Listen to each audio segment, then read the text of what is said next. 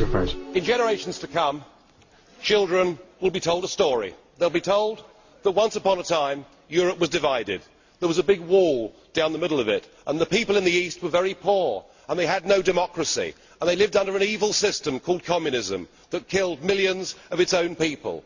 But joy of joys, the wall came down, and we finished up with 27 nations, and those people lived in democracy, and 500 million people lived in peace.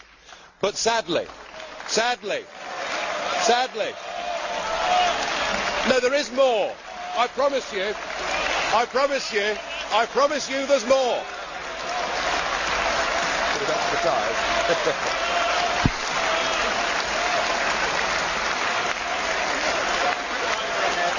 Thank you.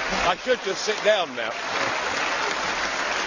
Well, I must say, that's the first time I've ever received such applause, and I'm tempted, Mr. Verhofstadt, I am tempted to sit down, but if I may, sadly, the story continues, the politicians in charge became very greedy, and they wanted money for themselves, and they wanted power, and so they resorted to lies and deceit, and they staged the most spectacular bureaucratic coup d'etat that the world had ever seen.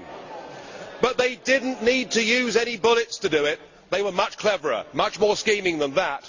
No, what they did is they put in place a new treaty. It was called the Lisbon Treaty. And then they gave 27 people total unlimited power. These were to be the people that made all the laws. Of course, they already had a flag and they already had an anthem, but they went about building a new state. But they ignored the people.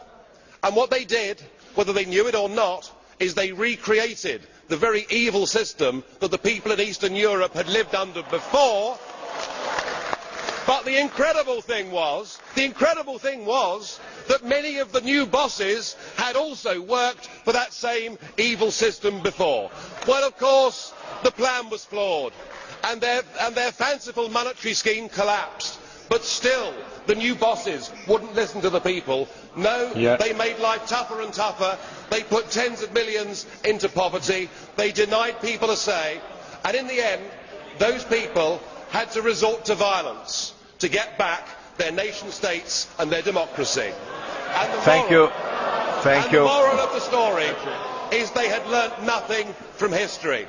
Members of the European Parliament, before you give this Commission power, remember that 60 years ago, an Iron Curtain came down on Europe. That now, with this Commission, there is an economic iron fist, and it's being felt in Greece today. We cannot build. Thank you, Mr. President. Thank you very much. Thank you, Mr. President. Thank you. Thank you very much.